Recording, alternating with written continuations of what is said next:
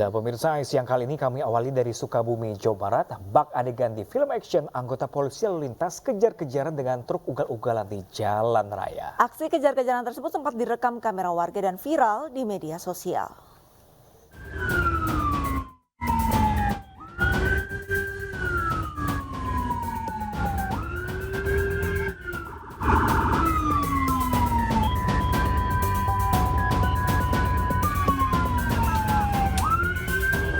Inilah aksi kejar-kejaran antara anggota Satlantas Polres Sukabumi Kota dengan sebuah truk di Jalan Raya Sukabumi Cianjur, Sukalarang, Kabupaten Sukabumi, Jawa Barat. Kejadian bermula saat mobil truk yang dikendarai DS melaju secara ugal-ugalan dari arah kota Sukabumi menuju Cianjur. Saat akan diberhentikan petugas, sopir truk justru tancap gas dan kabur menuju Cianjur. Warga yang kesal berusaha menghakimi sang sopir truk, namun berhasil dihalangi oleh petugas. Menghimbau maupun menginfokan ke pihak pengemudi truk kolek diesel tersebut untuk melewati jalur selatan. Tetapi dari si pengemudi tidak mengindahkan perintah dari pihak kepolisian dan terjadi pengejaran yang bikin atau membuat gaduh di masyarakat. Tapi di Jalan Sukabumi Cianjur, pihak kepolisian berhasil mengamankan pengemudi tersebut dan sampai saat ini masih dalam tahap penyelidikan. Selain sopir, polisi juga mengamankan truk sebagai barang bukti. Kasus tersebut kini ditangani unit Gakum Satlantas Polres Sukabumi Kota. Dari Sukabumi, Jawa Barat, Budi Setiawan, iNews melaporkan. Pemirsa, dalam rangka menjalankan fungsi pengawasan di bidang kepabeanan, kantor Bea dan Cukai Batam memusnahkan ribuan botol minuman keras dan jutaan batang rokok ilegal. Ya, selain miras dan rokok, pemirsa, BC Batam juga memusnahkan ratusan telepon genggam. Seluruh jajaran eselon 2 di lingkungan Kementerian Keuangan. Ribuan botol minuman keras atau miras ilegal dimusnahkan dengan cara digilas menggunakan alat berat. Miras yang masuk secara gelap ke Batam ini merupakan hasil penangkapan petugas Bea dan Cukai Batam dalam 2 tahun terakhir. Selain miras berbagai merek, petugas Bea dan Cukai juga memusnahkan jutaan batang rokok ilegal serta barang elektronik berupa telepon genggam. Miras ilegal ini masuk ke Batam dengan cara diselundupkan melalui sejumlah pelabuhan. Nilai barang untuk ribuan miras impor ilegal, rokok, dan telepon genggam mencapai 10 miliar rupiah. Barangnya berbagai macam, ada narkoba, minuman, rokok, barang elektronik, dan kemudian barang-barang ilegal lainnya. Dan kalau kemudian kita tahu barang-barang ini sampai lolos, tentunya bisa merusak ekonomi kita. Letak geografis Batam yang berdekatan dengan negara luar kerap menjadikan Batam sebagai pintu masuk barang-barang ilegal. Hal ini juga diperparah dengan panjangnya garis pantai yang mempermudah para pelaku penyelundupan memasukkan barang-barang ilegal ke Batam. Dari Batam, Kepulauan Riau, Gusti Yenosa, iNews melaporkan. Ibu kandung korban atau terduga pelaku pembunuhan anak kandung berusia 5 tahun sudah diamankan oleh pihak kepolisian. Dari hasil visum sementara, pemirsa, terdapat 20 luka tusuk di tubuh korban. Masih kita belum melakukan gelar perkara, nanti masih kita taruh pendalaman, jadi kita masih terduga sebagai pelaku. Barang bukti yang bisa ditemukan? Barang bukti yang ditemukan berupa sebilah pisau, sedangkan untuk hasil pemeriksaan visum sementara bahwa terdapat sekitar 20 luka tusukan di tubuhnya. Motifnya apa, Pak? Motifnya nanti masih akan pendalaman, tapi hasil wawancara sementara bahwa ya terduga pelaku mendapatkan bisikan gaib. Dan pemirsa, untuk mengetahui informasi terkini terkait kasus ibu kandung diduga bunuh anak, kita terhubung dengan rekan kami Rahmat Hidayat langsung dari lokasi di Bekasi Utara, Kota Bekasi, Jawa Barat. Halo, selamat siang rekan Rahmat. Rekan Rahmat, mungkin sebelum kita mengulas lebih dalam, apakah dapat mengatakan atau mengabarkan pada kami sebenarnya Anda berada di mana? Apakah jauh atau dekat dari lokasi rumah dari terduga pelaku? Ya, kan saat ini saya berada di tidak jauh dari lokasi rumah korban, yang dimana di lokasi tersebut merupakan lokasi tempat korban diduga oleh orang tuanya sendiri. Saat ini kondisi rumah masih di garis polisi kami pun sudah bisa mengikuti lokasi tersebut. Sedangkan untuk terduga pelaku ini saat ini masih dalam pemeriksaan di Mapolres Metro Bekasi Kota. Kan bahwa untuk rumah pelaku ini sudah digarisi polisi, lantas apakah rekan-rekan media ini tidak bisa masuk ke lingkungan perumahannya atau bagaimana, Rahmat? Ya, untuk lokasi tersebut rumah tersebut merupakan perumahan elit yang ada penjagaan yang cukup ketat dan bersama. Perumahan kami pun tidak bisa melakukan pengambilan gambar di lokasi tersebut. Namun demikian, sejumlah rekan-rekan media pun masih menunggu di lokasi yang jauh dari ruang tempat di mana korban itu ditemukan. Sedangkan untuk terduga pelaku sendiri diketahui merupakan ibu kandung sendiri. Sedangkan kalau pada saat kejadian tersebut terdapat adik kandungnya yang masih berusia sekitar 1 tahun 7 bulan.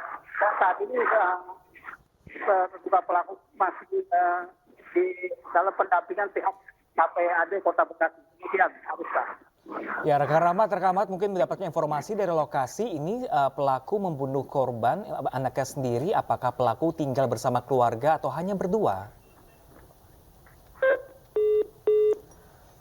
Baik pemirsa, ada kendala komunikasi antara kami dengan Rahmat. Langsung dari lokasi dugaan ibu membunuh anaknya sendiri karena habiskan goy pemirsa, tapi kami masih akan mencoba menghubungi sesaat lagi. Kembali lagi di iNews Siang, pemirsa, ratusan rumah terendam banjir hingga lebih dari 1 meter di Kecamatan Lubuk Begalung, Kota Padang, Sumatera Barat. Ya, petugas gabungan BPBD dan TNI Polri mengevakuasi warga terjebak ke dalam rumah dengan menggunakan perahu karet. Memang kondisi banjir hampir banyak ya di beberapa titik itu dan memang agak ekstrim. Beberapa kecamatan atau kelurahan itu ada yang sampai atap saja tadi dari laporan handphone. Hingga kini warga masih mengungsi ke masjid dan tempat lainnya yang lebih aman. Saat ini korban banjir membutuhkan baju kering, selimut, makanan, dan perlengkapan bayi. Dari Padang, Sumatera Barat, Budi Sunandar, iNews melaporkan. Ya, pemirsa, tidak hanya merendam pemukiman warga, banjir yang terjadi di Kota Padang menggenangi sejumlah sekolah. Akibatnya ratusan siswa terpaksa diliburkan untuk sementara waktu. Hingga Jumat pagi, banjir masih menggenangi Kota Padang, termasuk salah satunya di SDN 33 Rawang Barat, Kecamatan Padang Selatan, Kota Padang. Ketinggian air mencapai 80 cm hingga ke dalam kelas dan seluruh ruangan belajar yang berada di lantai 1. Banjir juga merusak sejumlah fasilitas di dalam kelas termasuk buku pelajaran. Ya, banjirnya sangat tinggi sehingga anak-anak nggak bisa datang masuk aja ke halaman, nggak bisa, apalagi ke dalam kelas. Banjir kali dalam banjirnya. Setinggi apa Bu banjir di kelas? Tinggi lutut.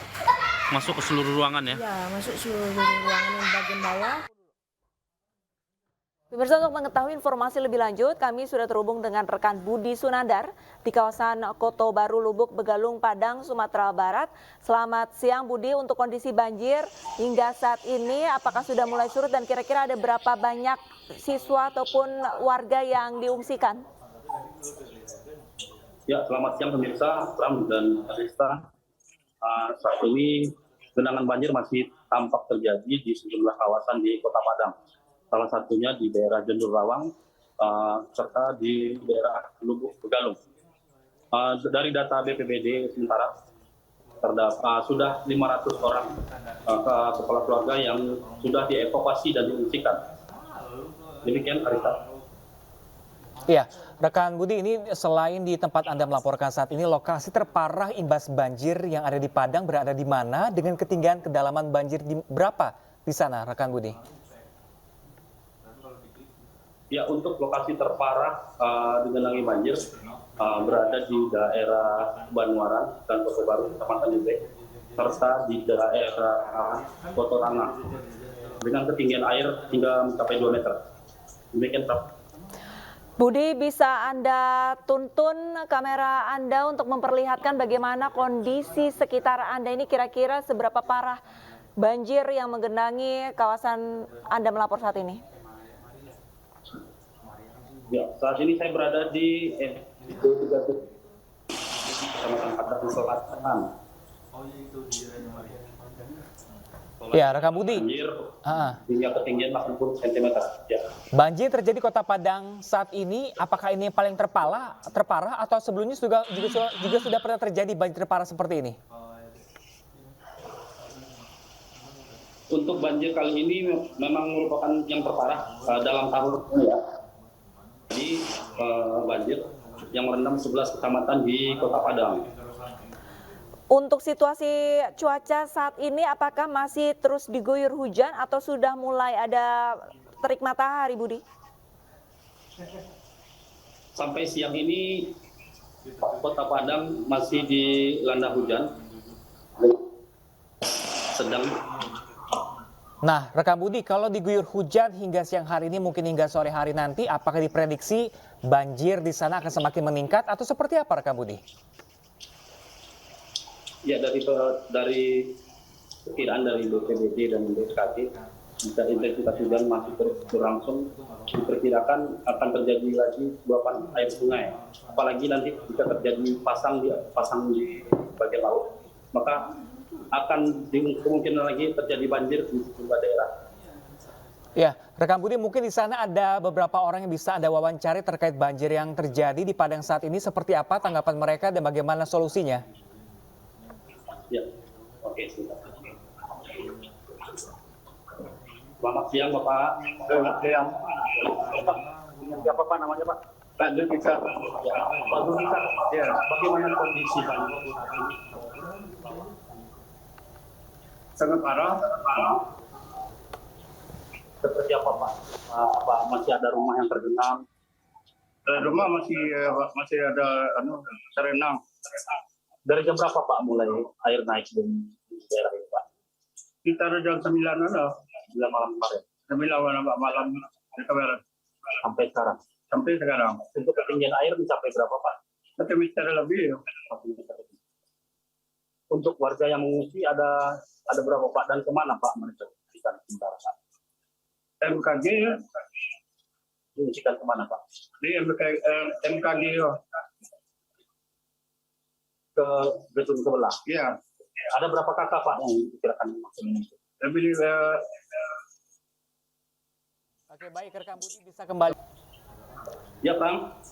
Baik, rekan Budi, kalau misalkan tadi Anda apakah sudah berbincang kepada korban pengungsi ini, kira-kira mereka masih membutuhkan bantuan berupa apa saja, Budi?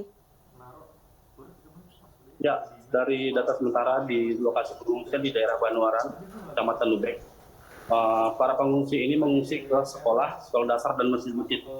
Sebagian besar mereka membutuhkan makanan serta selimut dan makanan bayi. Jadi Arista.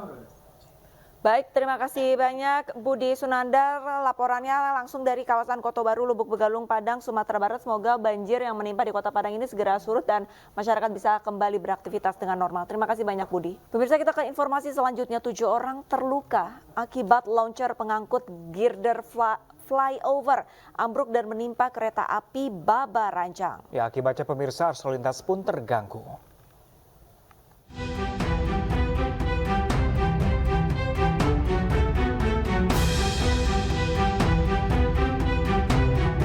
Pengangkut girder flyover ambruk diduga karena kesalahan komunikasi antar petugas. Akibatnya kereta api Baba Ranjang yang melintas dari daerah Palembang menuju Muara Enim tertimpa pada bagian gerbong. Gerbong yang tertimpa pun rusak berat. Kejadian berawal saat petugas usai menaikkan girder ke atas dan launcher akan menggeser girder dari titik pertama ke titik kedua. Namun miskomunikasi terjadi saat girder akan digeser ke titik kedua. Miskomunikasi di pihak erektor launcher antara Adma 1 dan Adma 2 sepertinya ada yang terlalu cepat untuk mengangkat balok tersebut sehingga terjadi ketidakseimbangan sehingga berpengaruh kepada launcher gantry tersebut sehingga dia tidak seimbang, guling ke kanan kebetulan ada kereta di bawah. Saat ini gerbong kereta sudah digeser agar lalu lintas kembali lancar. Sementara 7 orang korban langsung dilarikan ke rumah sakit, 1 diantaranya meninggal dunia. Dari Muara Enim, Sumatera Selatan, Edwin Syah Satria, iNews melaporkan. Ya, pemirsa, rapat pleno rekapitulasi pemilu 2024 yang digelar KPUD Kabupaten Bekasi dan Aceh Timur berlangsung ricuh. Masa pendukung dua calon anggota legislatif meminta KPU menghentikan penghitungan suara yang dinilai syarat dengan kecurangan. Lalu kenapa saya tekan dan saya melawan? Saya berterima kasih luar biasa kepada para perempuan yang hari ini duduk dan dirampas. Yang untuk kemudian mengingatkan bahwa kita adalah tuan dan puan, kita harus menggunakan mobil listrik. Padahal kawan-kawan kemudian presiden kita dan sistem politik kita yang bobrok karena Ya, pemirsa, ini merupakan visual di mana ratusan massa yang tergabung dalam aksi perempuan Geruduk Istana menggelar aksi di Silang Monas, tepatnya di depan patung kuda. Mereka sebelumnya melakukan long march dari depan kantor Bawaslu. Para peserta aksi yang mengenakan pakaian serba hitam membawa poster hingga spanduk yang berisikan kritikan kepada pemerintah. Massa juga menyebut tanggal 8 Maret diperingati sebagai Hari Perempuan Internasional dan sebagai tonggak sejarah perjuangan untuk menjaga prinsip demokrasi, melindungi hak perempuan, dan pemenuhan kesejahteraan serta kesetaraan di Indonesia. Menggunakan mobil listrik, padahal kawan-kawan kemudian presiden kita dan sistem politik kita yang bobrok karena kami Dan pemirsa, untuk mengetahui informasi terkini kita terhubung langsung dengan rekan Muhammad Zulhilmi langsung dari kawasan Patung Kuda, Jakarta Pusat. Ya, selamat siang Hilmi, apakah massa telah berkumpul di depan dan apa tuntutan massa saat ini sejauh ini? Ya, selamat siang Pram, Arlista dan juga pemirsa. Memang benar untuk saat ini masih berlangsung aksi unjuk rasa yang dilakukan oleh sejumlah organisasi perempuan dan juga pegiat HAM di kawasan Patung Kuda, Jakarta Pusat.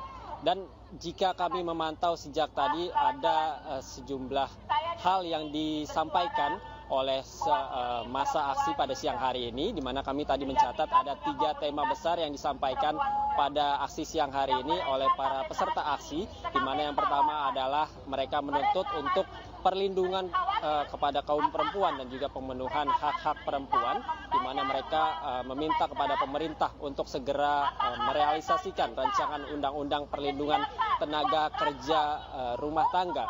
Kemudian mereka juga menuntut untuk dicabutnya Undang-Undang Cipta Kerja, yang dimana undang-undang tersebut dinilai meresahkan bagi kaum perempuan. Kemudian untuk tema kedua kami mencatat keresahan yang disampaikan oleh peserta aksi pada siang hari ini adalah mengenai kondisi demokrasi di Indonesia saat ini, di mana seperti kita ketahui bersama untuk saat ini masih berlangsung proses pemilihan umum 2024, di mana untuk saat ini KPU masih melakukan proses perhitungan. Namun para peserta aksi memberikan catatan terhadap pelaksanaan pemilu 2024, di mana mereka menilai bahwa pelaksanaan pemilu 2024 ini penuh dengan kecurangan dan juga ada intrik-intrik yang dilakukan oleh pemerintah sehingga terjadinya nepotisme.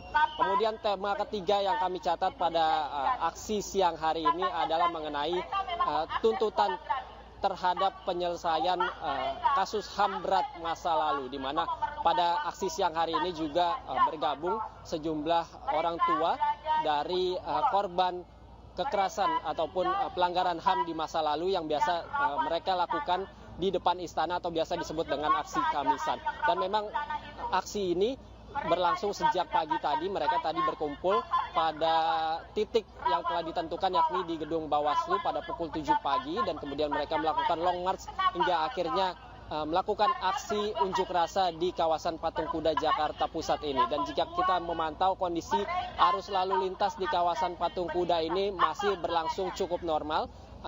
Kendaraan-kendaraan masih berjalan seperti biasanya, namun kami melihat jalan di kawasan Medan Merdeka Selatan ini sudah mulai ditutup oleh pihak kepolisian, dan untuk saat ini sejumlah personil dari Polres Jakarta Pusat sudah melakukan penjagaan untuk melakukan penjagaan pada siang hari ini. Demikian Pram dan juga Arlista. Ini lantas untuk massa yang beraksi pada siang hari ini, tujuannya apakah hanya menyampaikan orasi di lokasi ini atau akan berpindah tempat, Hilmi?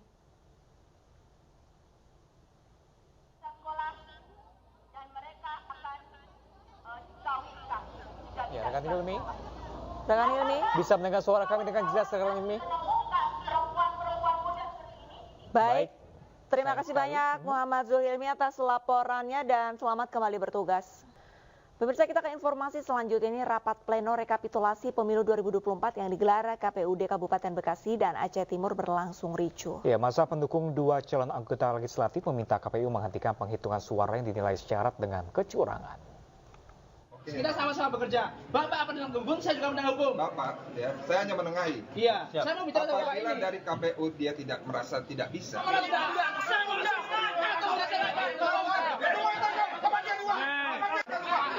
Kericuhan terjadi saat berlangsungnya proses rekapitulasi yang digelar Komisi Pemilihan Umum Kabupaten Bekasi di salah satu hotel di Cikarang Selatan, Kabupaten Bekasi, Jawa Barat. Masa dari dua kubu pasangan calon anggota legislatif melakukan aksi protes di luar ruang rapat pleno. Pihak kepolisian dan TNI mengamankan jalannya rapat pleno terpaksa mengevakuasi sejumlah massa yang menggelar aksi protes hingga membuat kericuhan. Massa meminta Komisi Pemilihan Umum Kabupaten Bekasi menghentikan rapat pleno rekapitulasi pemilu 2024 yang menghadirkan panitia pemungutan suara Kecamatan Pebayuran. Massa menuding adanya kecurangan dan dugaan penggelembungan suara yang merugikan calon anggota legislatif di dua partai yang berbeda. Pendukung calon anggota legislatif yang melakukan aksi protes meminta KPU Kabupaten Bekasi melakukan hitung ulang sesuai dengan rekapitulasi C1. Kita sudah melaporkan hal ini ke Bawaslu, ya, dengan dugaan adanya tindak pidana pemilu yang diduga dilakukan oleh oknum pekerja PPK, ya. Kita sudah laporkan itu dan sesuai dengan peraturan hukum yang berlaku. Namun pada hari ini, pada saat pelaksanaan pleno, tentunya kami juga mengharapkan bahwa proses demokrasi yang hari ini sedang berjalan di negara kita ini berjalan dengan sesuai aturan hukum yang berlaku. Bacaan setiap pemilihan itu sudah dibacain semua. Jadi pas ketika akhir di ada saksi dari PDI menyampaikan apakah kemudian nanti dalam proses di SLT bisa boleh ada pembetulan bagaimana yang dulu pernah kita bicarakan gitu kan. Ya ini yang menjadi akhirnya menjadi riak-riak lah ya. Dengan terjadinya kericuhan, rapat pleno rekapitulasi pemilu 2024 Kabupaten Bekasi terpaksa dihentikan dengan jangka waktu yang belum ditentukan.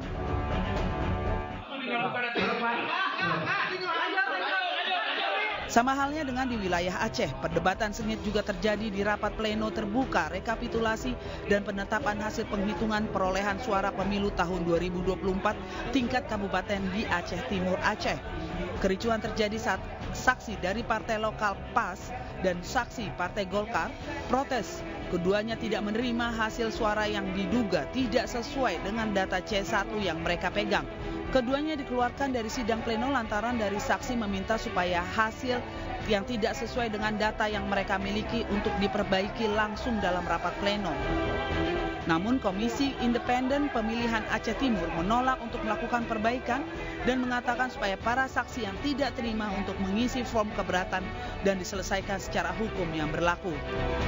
Penemuan artinya tidak sesuai dengan DA1 dan hasilnya tadi dari C1.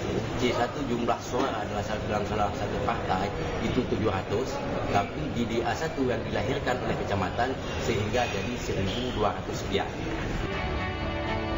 Meski diwarnai protes dan kericuhan, namun tidak menghambat jalannya sidang pleno hingga rekapitulasi terhitung hasil suara pemilu 2024 selesai. Tim Liputan iNews melaporkan.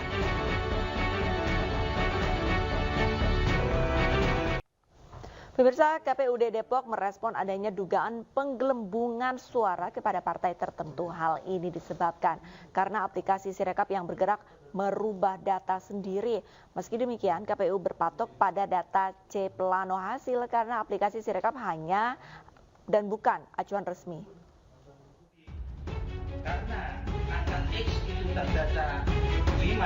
KPUD Depok menanggapi adanya indikasi penggelembungan suara ke partai lain melalui sistem Sirekap. Ketua KPUD Willy Sumarlid mengatakan memang ada laporan bahwa sistem Sirekap berubah data dengan sendirinya. Hal tersebut terjadi di Sukma Jaya dan Tapos. Meski demikian, pihak KPU membantah adanya penggelembungan suara ke partai tertentu karena Sirekap bukan acuan hasil resmi. Pihak KPU tetap berpatok pada C-Pleno hasil sebagai acuan. Mungkin ada yang masuk ke sistem Sirekap itu mencoba merubah hasil yang ada Sirekap. Tapi kan acuan kita bukan kepada Sirekap. Sirekap itu kan hanya alat bantu. Kita tetap kepada C-Pleno, sehingga apabila ada kesalahan terhadap Sirekap bisa dilakukan koreksi dengan melihat kepada C-Pleno. Aplikasi Sirekap bukan pertama kali mengalami kerancuan data. Pada perhitungan suara presiden, aplikasi Sirekap sempat membaca dengan jumlah yang lebih banyak dari C-Pleno. Dari Depok, Jawa Barat, Iyung Rizky, iNews melaporkan. Pemirsa, status DKI yang disematkan pada Jakarta habis sejak 15 Februari 2024. Menurut Heru, saat ini rancangan Undang-Undang Daerah Khusus Jakarta masih dalam proses.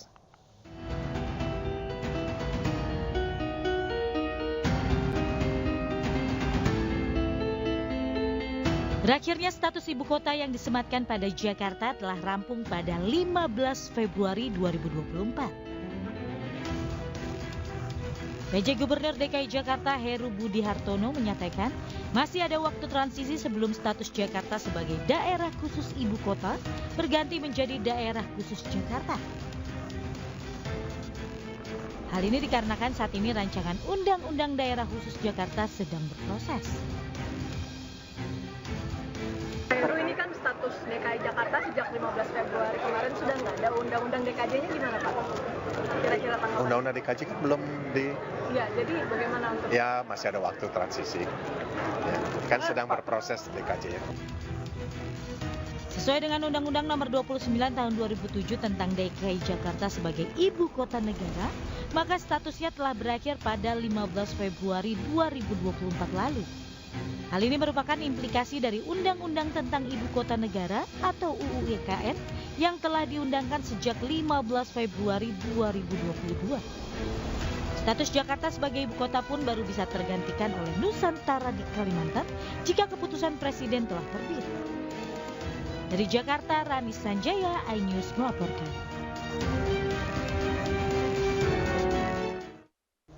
Pondok pesantren Khairul Ruzikin, Depok, Jawa Barat tak punya akses jalan. Ya, akibat akses jalan tertutup dari seluruh arah pemirsa dan tertutupnya akses jalan pesantren di Beji, Kota Depok ini pun jadi polemik dan viral di media sosial. Akibat penutupan akses jalan, para santri dan wali murid tidak dapat masuk ke halaman pondok pesantren. Ketua Yayasan Pondok Pesantren Khairul Ruzikin ini, Ali Murtado, mengatakan berbagai upaya negosiasi telah dilakukan dengan warga sekitar, namun belum juga memiliki titik terang. Alhasil, pertanggal 1 Maret 2024, akses jalan pesantren Khairul Ruzikin tertutup dari seluruh arahnya. Sementara itu, menurut Ketua RT setempat, akses jalan pesantren tertutup akibat kesalahan pihak pesantren sendiri, di mana pihak pesantren menjual tanah jalannya ke pihak lain dan kini telah menjadi bangunan SMA Negeri 14 Kota Depok. Dari itu kita punya 3 akses pintu. Pintu yang pertama, pintu yang dikasih pinjam, memang akad pertama ada 1 tahun, tapi karena COVID sebagainya kita dikasih waktu sampai 5 tahun. Dan kita, Masya Allah, Alhamdulillah, terima kasih banyak untuk itu. Dan setelah 5 tahun itu, kami dikasih akses sementara dari SMA 14, yang saat itu memang muridnya tidak banyak kan, masih mereka cuma jadi lab saja. Sekarang muridnya sudah datang, maka tidak dibukain lagi. Nah, terus kita kasih waktu beberapa bulan dari sisi utara ini, Rawamaya juga, hanya dengan ketentuan kalau mau beli maka dibuka. Kami pengen beli, tapi belinya jalan. Kalau dibeli ya silahkan dibuka, kalau nggak dibeli nggak. Dan dananya nggak kecil, 2,7 miliar. Nah, 10.000 meter persegi itu dimiliki oleh Pak Nasrullah sebagai pembina dari pesantren tersebut. Dibagilah 3 bidang tanah itu, salah satunya 2 bidang tanah ini 4.000 meter persegi menjadi pesantren Khairul Ruzikin. Sebenarnya akses jalan sudah mereka buat, gitu. Akses jalan sudah mereka buat dari jalan bumi sampai ke pesantren, gitu. Namun entah kenapa pihak pemilik tanah, yaitu Pak Nasrullah itu sendiri, menjual tanah itu sebesar 6.000 meter. Gitu. 6.000 meter persegi itu peruntukan dijual sekarang menjadi SMU 14. Gitu. Seharusnya jika pesantren tidak menjual akses jalan tersebut, tidak akan ada masalah sampai di sini. Gitu. Pemirsa, untuk mengetahui informasi lebih lanjut, kami sudah terhubung dengan rekan kami Iyung Rizky di Pondok Pesantren Khairul Ruzikin yang terletak di Beji, Depok, Jawa Barat. Selamat siang Iyung, ini sebenarnya apa sih yang menjadi duduk perkara Ponpes ini tidak memiliki akses? Yang juga Pram, Arlita dan juga pemirsa, saat ini saya sedang berada di perumahan Kaltek yang memang sebelumnya ada informasi viral di media sosial bahwa ada penutupan akses jalan dari pesantren Khairul Ruzikin yang akan melintas ke perumahan Kaltek. Dari data di lapangan memang kita dapat ketahui memang sempat ada gugatan kepada warga perumahan Kaltek tentang akses jalan. Namun gugatan tersebut sudah menjalani proses sidang dan sudah mendapat putusan inkrah yang dikeluarkan oleh Pengadilan Negeri Depok. Dalam salinan putusan Pengadilan Negeri Depok tersebut diketahui awalnya akses jalan pesantren ada di arah selatan yang diketahui pada tahun 2014 lalu lahan tersebut dijual ke pihak orang lain oleh pembina pesantren yang kini sudah terbangun SMA Negeri 14 begitu Pram dan Arlista. Baik, berarti dengan kata lain adalah dari pihak Ponpesnya sendiri ini sebenarnya menjual tanah di mana tanah tersebut adalah akses jalan satu-satunya. Lantas apakah tidak ada diskusi ataupun obrolan lagi bersama warga untuk membuka akses ataupun arah pintu lainnya? Dari arah pintu lainnya, Arista dan Pram, memang setelah dibangun SMA 14, akses dari pesantren ini tidak ada, namun ada lahan akses jalan yang bisa dilalui tapi milik pribadi atau milik warga, sehingga pesantren harus menyewa akses lahan tersebut untuk jalan utama. Namun sejak Maret kemarin, akses jalan tersebut akan dimanfaatkan oleh warga dan tidak bisa lagi disewakan, sehingga pesantren ini pun sekarang tidak memiliki akses. Seperti itu. Yung Rizky, kalau nggak ada jalan keluar masuk di sana, lalu aktivitas pesantren di sana seperti apa? Apakah masih berlangsung atau kosong sama sekali pesantren di sana? Untuk aktivitas pesantren sendiri masih berlangsung. Memang ada akses jalan, namun harus ditempuh cukup jauh melewati sebuah empang seperti itu, dan aksesnya tidak bisa dilalui oleh kendaraan mobil seperti itu, Bang. Oke, untuk solusinya sendiri seperti apa di sana? Sudah ada yang menengahi belum dari pemerintah setempat terkait pesantren dan juga warga sekitar? Belum ada titik temu terkait solusi akses jalan yang akan dilalui oleh pesantren ini, karena masing-masing akses jalan memiliki memiliki perhitungannya sendiri-sendiri seperti itu, Pram. Iyung, mungkin bisa Anda jelaskan sebenarnya dari pondok pesantren menuju ke jalan utama ataupun jalan besar berapa meter, Iyung?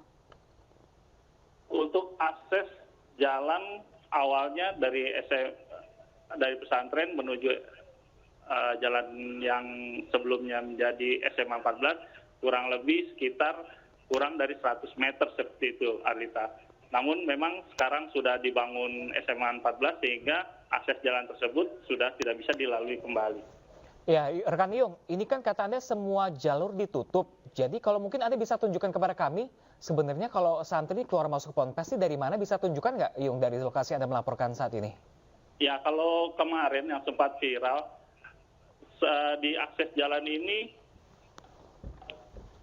di santri ini lewat jalan yang kini sudah ditembok dan membuat seperti tangga, bisa dilihat seperti tangga yang santri itu melompat ke pagar ini dan menuju akses jalan perumahan Kaltek itu.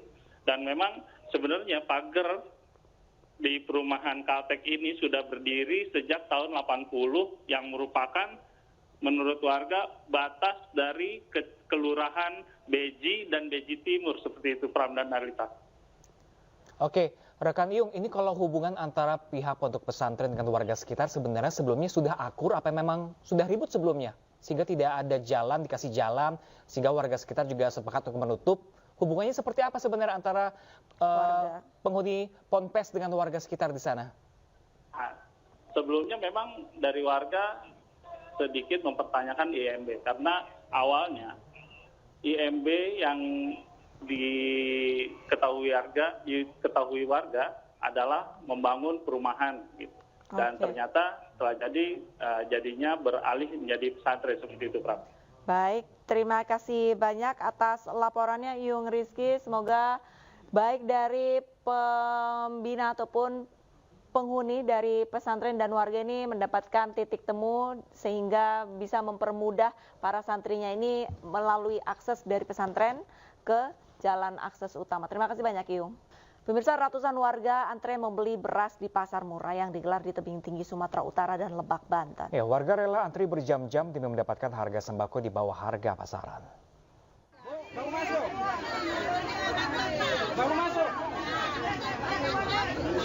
Petugas berusaha menertibkan ratusan warga yang antre membeli beras dalam pasar murah di kota tebing tinggi Sumatera Utara. Warga juga sempat terlibat adu mulut karena salah satu dari mereka memotong antrian.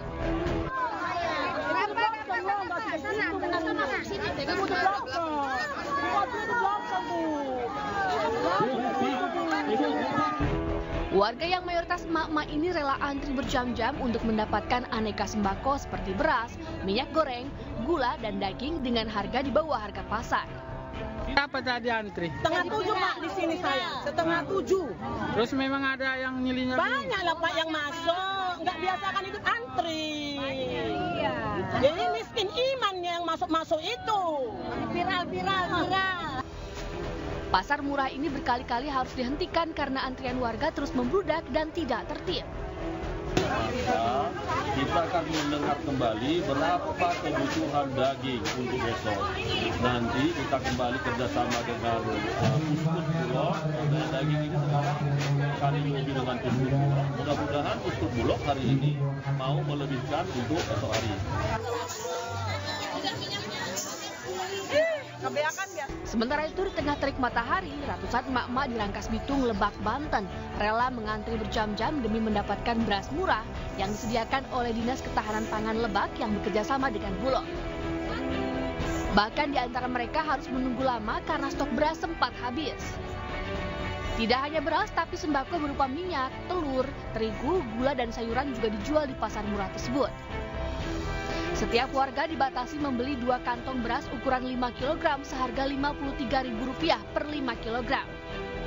Tadi jam 8, Pak. Terus sampai sekarang belum dapat apa-apa, Bu? Dapat, katanya kehabisan stok lagi diambil.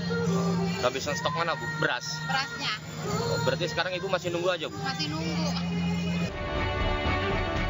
Kepala Dinas Ketahanan Pangan Lebak, Nana Sujana mengatakan jika kegiatan pangan murah ini dilakukan untuk membantu warga di tengah harga beras dan harga sembako di pasar yang belum stabil. Dari Lebak, Banten dan Tebing Tinggi, Iskandar Nasution, Abdullah Sani Hasibuan, iNews melaporkan. Ya, pemirsa, di tengah harga komoditi pangan yang semakin meroket, pemerintah Kota Semarang menggelar pasar murah. Bahkan di Semarang, pasar murah digelar di 3 lokasi sekaligus yang dikenal dengan sebutan Pak Rahman.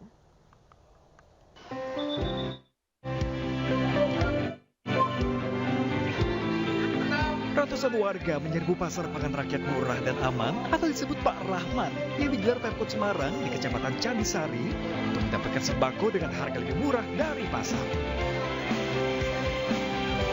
Di sini ada berbagai kebutuhan pokok mulai dari beras, gula pasir, minyak goreng hingga berbagai makanan olahan. Total sebanyak 3 ton beras, 600 kg gula pasir, 600 liter minyak goreng, serta 1 ton telur dari kelompok tani ada di sini. Ya membantu Mas. Karena harga beras pasti naik. Seperti gula pasir. Beras sama kol. Di sini mungkin Mungkin mau beli yang lain atau langsung? Ya lihat-lihat dulu terus kalau ada yang nganggur ya. Gelaran pasar murah untuk membantu masyarakat di tengah naiknya harga. Bahkan dalam sehari, pasar murah digelar di 3 lokasi sekaligus. Dengan adanya Pak Rahman ini di beberapa titik ya, setiap hari ini kan minimal Pak Rahman ini kan ada 3 tempat yang untuk bisa membantu masyarakat. Dan Pak Rahman ini kan juga bukan hanya beras. Sebenarnya tadi teman-teman kan melihat bahwa sebenarnya kayak daging, kemudian makanan olahan ini kan lebih murah, tapi masyarakat kadang-kadang kan nggak tahu. Sehingga tadi saya memberikan masukan untuk dikasih harga di sini berapa, harga di luar berapa. Apalagi mungkin kalau sekarang mau puasa orang berpikir hanya beras saja. Tapi nanti kalau udah mau lebaran pasti pikir daging, pikir ati gitu ya. Jadi kentang gitu. Makanya ini harus siap. Tidak hanya dengan gelaran pasar murah, Pemkot Semarang kini juga menyediakan mobil Pak Rahman agar bisa menjangkau wilayah pinggiran kota. Dari Semarang, Jawa Tengah, Dimas Yuli, iNews. Pemirsa, Satgas Pangan Polres Serang, Banten menggerebek gudang beras sindikat pengoplos beras Bulog dengan beras kotor dan berjamur. Ya, satu pelaku berinisial SK ditangkap selaku pemilik gudang.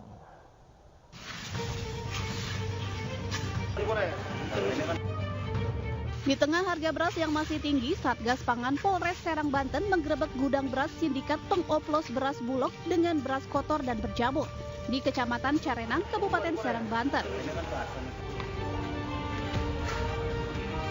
Polisi menemukan barang bukti 25 ton beras Bulog dan beras kotor dan berjamur yang digunakan untuk bahan oplosan menjadi beras premium.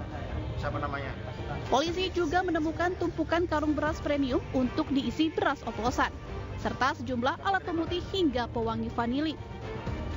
Satu pelaku berinisial SK ditangkap selaku pemilik gudang. SK menjadi pelaku dugaan persaingan curang dan perlindungan konsumen terhadap oplos maupun repacking beras Bulog. Mengoplos beras Bulog dengan beras yang tidak layak konsumsi pun merepacking menjadi beras dalam bentuk premium.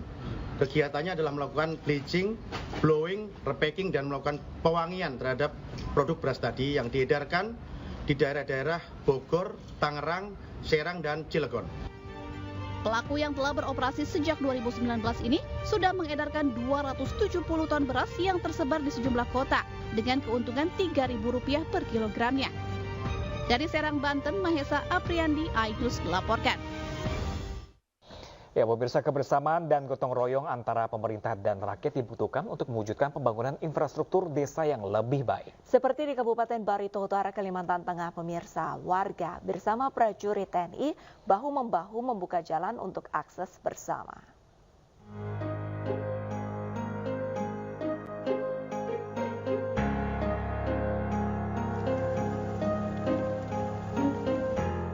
TNI Manunggal Membangun Desa atau TMMD ke-119 kembali digelar.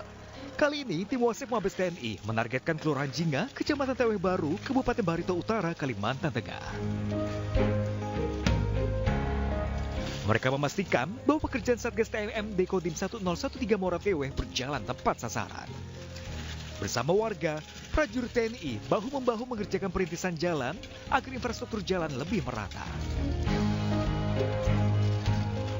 Kami bekerja sama dengan PUPR Kabupaten Barito Utara dalam hal mengerjakan dan berkoordinasi dengan dinas-dinas terkait, dibantu oleh masyarakat yang membantu dalam upaya perbaikan atau peningkatan jalan menuju lokasi-lokasi masyarakat yang tidak terjangkau.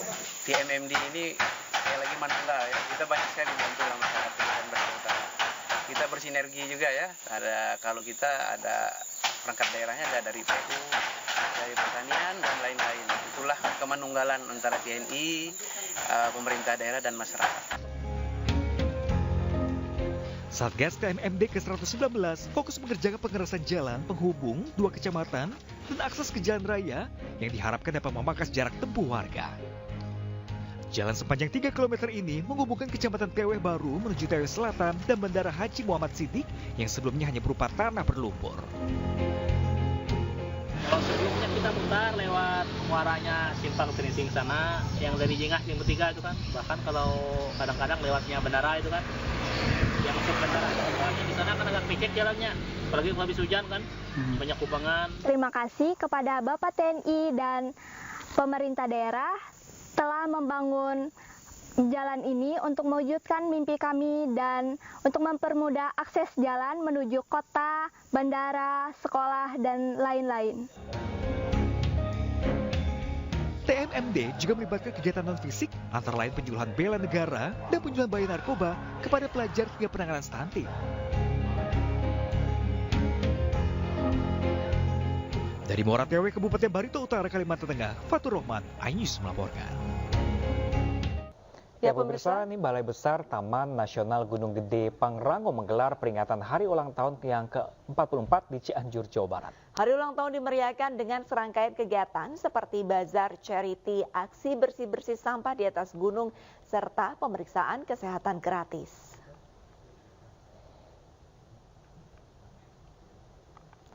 Dan pemirsa, usai sudah iNews siang hari ini, saksikan terus video-video eksklusif dari iNews di kanal YouTube @officialinews. Saya Pram saja pemirsa dan rekan saya. Dan pemirsa jangan lupa juga Anda bisa mendapatkan informasi terkini dan terbaru melalui portal yang menghadirkan berita daerah, berita nasional dan berita internasional lengkap di inews.id. Saya Arlisa Hadi. Dan saya Pram saja pemirsa. Pamit undur diri, selamat beraktivitas, terima kasih dan sampai jumpa.